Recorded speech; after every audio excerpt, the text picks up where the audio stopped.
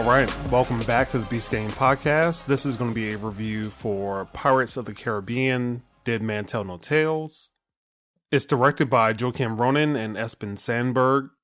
Both are known for the survival movie Kon-Tiki. It's written by Jeff Nathanson and Terry Rossio. Nathanson is known for the Rush Hour series. Rossio wrote some of the other Pirates movies.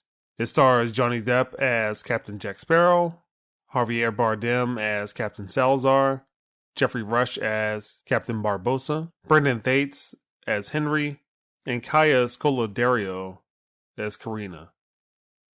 The synopsis is, thrust into an all-new adventure, a down on his luck Captain Jack Sparrow feels the winds of ill fortune blowing even more strongly when a deadly ghost sailor led by his old nemesis, the evil Captain Salazar, appears.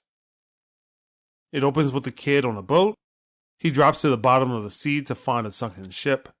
It turns out to be the Flying Dutchman from the earlier movies. The kid finds a cursed Will Turner, who is played by Orlando Bloom. It turns out that the kid is a child of Will Turner, and he's named Henry. He's trying to free his father from the curse. Will cautions him and lets him know that that's how his character wound up in his position, trying to free his father from a curse. Henry believes that the Trident and Poseidon can break the curse. It jumps to several years later. Henry is now in his late teens or early 20s. He's working on a ship. The ship is attacked by a ghost ship. He's eventually shipwrecked, captured by the British Navy, and thrown into the brig. A half-dead Captain Salazar approaches Henry about the fact that he has wanted posters for Jack Sparrow. Salazar says that he'll spare Henry's life if he can locate Jack Sparrow. And that's where we'll stop. So Matt, what did you think of Pirates of the Caribbean, Dead Man Tell No Tales? Felt it was a solid movie that was entertaining overall and a good addition to the Pirates of the Caribbean franchise. The lead characters, I don't know, it didn't have the same connection as it did as previous characters. One of the characters, which is the son of Orlando Bloom's characters, he was okay, but I think he could have been replaced by anybody else so we wouldn't miss a beat. Now, regarding the other female main character, she was okay. I felt the same thing too. If we replaced her with somebody else, I don't think we would have missed a beat either. As far as being emotionally connected to either of them, I didn't feel either of it, but it did tell its story. They were solid in their roles, and I guess that would be the best way to characterize it. Felt that Jack Sparrow's character is the same character that we all come to know and love regarding the Pirates of the Caribbean franchise, although I don't get a sense of any kind of maturity. Although I do know his character is drunk and he makes dumb decisions, got it, but typically, especially in a franchise, you grow with the character matures or expands. I felt no growth in what is deemed the fifth movie of the franchise. He's the same character as he was in part one. I agree with that wholeheartedly. So what I felt was that this is basically a very alternate version of the first movie. That you kind of have the same central figures where one character is playing Orlando Bloom, another character who is necessarily from an affluent family. She plays Keira Knightley, and then you have Johnny Depp. But even with the way that the story is structured, it really is about something that has killed characters. And did characters want to come back to get Johnny Depp for whatever reason because he cheated fate? It's really, again, just the first movie, just told a little differently. Also, there's a lot of bad background replacement. You can tell that they're on the green screen, and it's like the lighting's like a little weird. Did you notice that in the movie, Matt? Yeah, the graphics didn't seem on par with previous movies. I would have expected better considering it's a Disney franchise, which was I think at one point one of the cash cows of what was in the movie theaters. I think the budget for this one might have been reduced just because what happened with the fourth movie where it didn't really do too well. I mean, before, it seemed like the CG and like the locations were pretty good, but like this one, you can tell they spend most of the time at sea. And when they are on land, it's only for a couple of scenes. I mean, aside from the opening and then another area where they get deserted on an island. I'm trying to think, were they on land? Let me finish my observations. So this is another movie about family. Oh, yeah. There were a lot of scenes where people were tied up. And then also parts of this reminded me of The Mummy. the Brendan Fraser Yeah, it mummy. did. Yeah. It did. And When you think even with about it. this one, it kind of reminds me of the Mummy the Dragon Emperor. The ending was way too long. It was way too drawn out. I don't think any of the acting was actually exceptional. Thinking They about, played their part. It was solid. I just felt that they played their part. well, let me ask you a question and we'll get into Johnny Depp. So, are you tired of seeing Johnny Depp play quirky characters? Yes or no? I am. I am definitely tired of seeing him play quirky characters. Didn't he play what's that other franchise that he's in? Is it Willy Wonka? Yes, he was in Willy Wonka. Played He was it. I don't also know in if Fantastic Beasts and Where to Find Them for a hot second. Alice in Wonderland. there you go. Another character with a lot of makeup acting quirky. He was also in The Lone Ranger, also playing another quirky character. He was in that movie Yeah, called gosh, I Mordecai, playing a was quirky character. The last time that I might have really paid attention to him not playing a quirky character was probably a movie called Black Mass, which was about Whitey Bulger. There's another movie called The Rum Diaries, and then kind of other than that, probably Blow and then Donnie Brasco. Do you Like, think he's typecasted into that role because he plays it so well?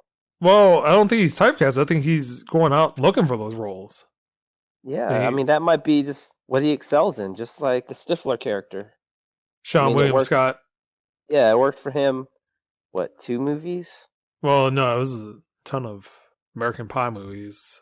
Well, Uh, I mean, outside of American Pie, well, yeah, because he was in Role Models, kind of playing the same character.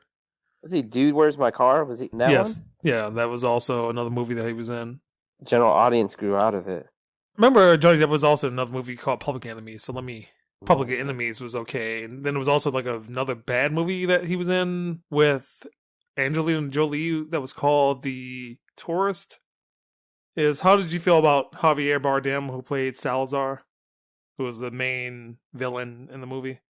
An okay villain, but it wasn't like previous characters where you're like, I hate him. Like the first villain that we had. Yeah, the first villain, which was Barbosa, like Yeah, like I he had a hated his legitimate character. I was beef. like, I just want him to die. I didn't want him to die, but I just had a general hatred for him. But I could see where this particular villain was coming from as far as why he wanted Jack Sparrow, because he was just trying to do a good deed, and then he just ended up getting screwed. So, I felt for his character and why he wanted to do, what he wanted to do in the movie. But he was kind of that villain by circumstance.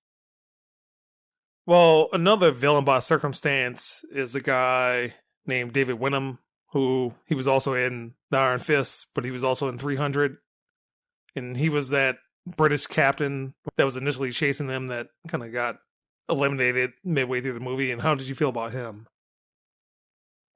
He was more like a side piece. I didn't feel that he brought much value to the movie. He was there just to fill in time. What did you think about it? Well, Javier Bardem, he's a pretty good actor. I just don't think that he did well in this role I don't because, think the writing was good for him in this role. yeah, again, it is the first movie where a character is dead, they want to become alive. The first movie, they had a curse. They couldn't come out during daylight, I believe. Was that it? Yes, you're right. Yeah, but it just seemed like he was doing an okay job. It's just that there wasn't a lot of difference between his character and any other villain in the series. Yeah, there wasn't a lot of substance or depth regarding his character. He was just a guy. And also David Wenham, I am actually kind of tired of seeing him and stuff, mainly because Iron Fist. Iron Fist kind of ruined my appreciation for him as an actor. Anything that aligned with Iron Fist. It's like, hey Danny, you want to help me out? You want to help me out with the fist and the oh, sorry, not the fist. Do you want to help me out with the hand? Do you The want to help me? hand. Do you want to Yeah, help the me? hand. You know, I'm like a daddy to you, Danny. Yeah. Look out for you. So, which is the best movie out of the series, and which is the second best movie out of the series? Best movie easily is number one. Second best movie easily number two. Number one was original concept, which was refreshing for its time frame. Part two took what went well in part one and expanded on it and provided a lot of depth and comedy relief. I mean, it had a good plot too, but it was a very, very entertaining movie, part two. So where does this fall in that quintology? Put it number 3 in the franchise. Number 1, of course, being number 1. Number 2 being number 2. Then number 5 being number 3. And number 3 is 4. And number 4 is the last one. Because honestly, number 4 was forgettable. Well, for me, the best movie in the franchise is the first one. This one is the second best movie. You liked it better than number 2? But this one? Yeah. Yeah. Okay. I mean, again, this is essentially the first movie again, just with different characters and different pieces moved around. But yeah, I could definitely see that. The fourth one, I remember seeing that in the movie theater. I remember where I went to go see that, and I don't remember anything about it. So that one will be the last one, and I would probably put Dead Man's Chest, which was the second one, and At World's End, kind of in that middle slot. But on Stranger Tides, which was the fourth one, was a terrible movie. So, Matt, to wrap this up, what is your score for Pirates of the Caribbean, Dead Man Tell No Tales? I'd give it about a 6.5. Again, solid movie, entertaining, and it's how it relates to the franchise. I think it did very well. It didn't step outside of the boundaries of what it was supposed to have done, and considering the theme of this particular Pirates of the Caribbean, especially given the direction of the franchise and all the twists and turns and, I guess, changing of characters that it has done in the last couple of movies. 6.5, I think, would be a good score for it. My score for this movie is going to be a 6. What I liked about it, again, plays off of things with the first movie, which was a good movie. Like, I can watch that movie, and it's kind of dated just because, again, like where Johnny Depp was in his acting range at the time, that he was also still doing other stuff, but when he started doing this kind of set him off on a trajectory where he just wanted to do these quirky characters all the time. That's getting a little played out. He needs to stop. But it's shot well. It has some emotional hooks into it. It looks okay, except for a lot of the CG, and again, it also reminded me of The Mummy, which wasn't. It did. But writers need to do better, because every movie now is about family, and this is another movie about family, and this is another movie where if you took out the family element, it will still be the same movie. I kind of wish movie studios would more carefully plan what they're going to do with the franchise, rather than, okay, we're going to come up with 3 movies at first, and then, all right, well, let's add another couple movies, like, for example, the Star Wars. After episode 4, 5, 6, which is the original 3, honestly, we didn't really need the first 3. Well, just part of the problem is just that movie studios have become dependent upon franchises, that now you just can't launch a unknown writer, unknown director movie. Now everything diamonds in the rough. Yeah. Now everything has to be an established franchise. It needs to be a book. It needs to be a TV series. Baywatch, I'm looking at you. But I think that this was also theoretically based off of a ride, so that also wasn't an original idea. I mean, every now and then you'll come up with a movie that's kind of blows your socks off. Like, for example, Sixth Sense. Like, wow, cliffhanger in the end. Yeah. And those movies are starting to become so few in between. Or maybe some of the movies that are out just aren't getting enough push for it to be recognized by the mainstream public. I agree. Some of the better movies don't even have a huge budget. None that I'm aware of, anyway. Well, I would even say, like, now, like, if you look at something like Aliens, where that also kind of fits into what you were saying, where someone had an idea, here's 2 movies, and then there's a third movie, and then there's a whole bunch of other stuff, kind of Alien Resurrection, AVP, all that stuff kind of added onto it, and then you have Prometheus, and then Alien Covenant. I know that it's not doing too well in the box office, but it will likely get a sequel, just because. Oh, yeah, it will. So that's the Beast Game Podcast. You can find more of our podcasts at beastgame.com, iTunes, Google Play, Stitcher, TuneIn, iHeartRadio, Twitter, and YouTube. And if you'd like to submit a reader question, you can do so at submissions@beastgame.email. Savvy. Savvy.